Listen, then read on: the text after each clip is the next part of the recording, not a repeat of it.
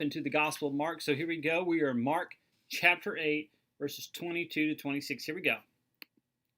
And they came to Bethsaida, and they brought a blind man to Jesus and implored him to touch him.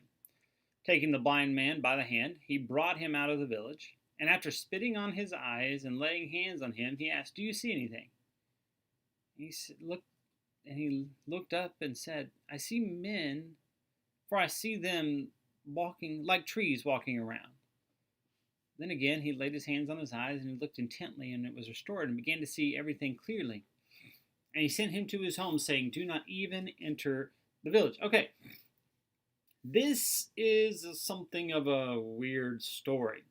You read this, and you're like, Jesus healed this guy, but it wasn't immediate, right? There's kind of a stage about how this happened. Like, well, we see the blind man. He's blind, he can't see. Jesus, whatever reason, spit on the eyes, laying hands on him. Do you see anything? He says, "I see men walking around like trees. They're kind of blurry.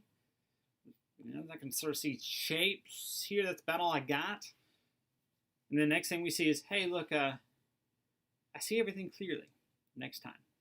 So what's going on here? Right? You think Jesus heals people probably worse off than this just by a word. Why the stages? Did Jesus kind of mess this one up a little bit, do something wrong in the whole thing?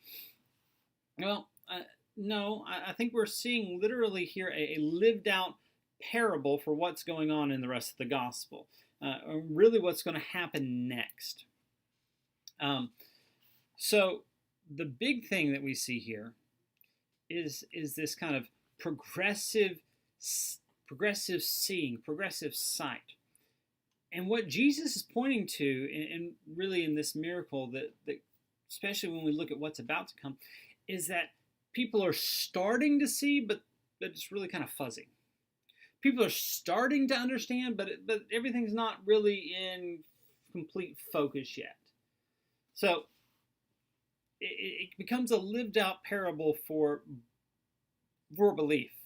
That they see part, but it's really kind of fuzzy. Eventually they're going to see completely, and that's going to play a really big and important role as we come to tomorrow, when Peter confesses Christ, but really even next Tuesday when we're back and we're in the Gospel of Mark, really specifically in Jesus, how he deals with his disciples and their levels of belief. So this is one of those stories we think about. We're like, I don't know. Just take it. It's a lived out parable. Jesus healed this man in stages. The disciples come to understand who Jesus is in stages. It's not that he couldn't have healed this man and just by looking at him said, "Be healed," but he chooses to do this just as a lived out parable. Okay, and so what does this tell us about Jesus? Well, it tells us here that Jesus is one who cares and who is intent about giving us the information we need.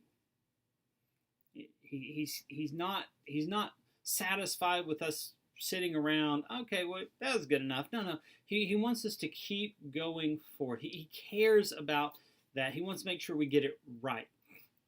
And so with this man, he's saying, look, okay, do we get there? No, let's keep moving forward.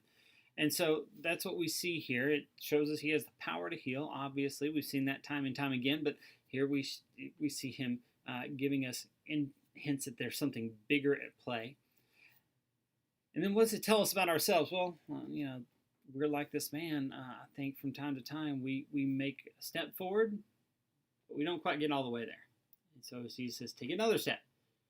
We don't get all the way there. And he's moving one step further all the time. And that's really where we're at. That's really what Jesus is trying to get us to do. And what it tells us is we can't sort of sit back and think we got it all figured out.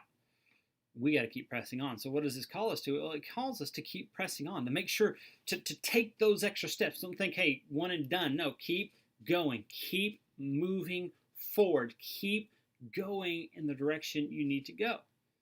keep drawing closer to a better, clearer understanding of who Jesus is and what he's done. All right, guys, that's my time. I'm looking forward to tomorrow. One of the next, tomorrow, Tuesday, are two of my favorite passages in all of the Gospel of Mark, and so I'm looking forward to really digging into them with you. All right, we will see you then. Have a wonderful rest of your afternoon, and we'll see you back here tomorrow.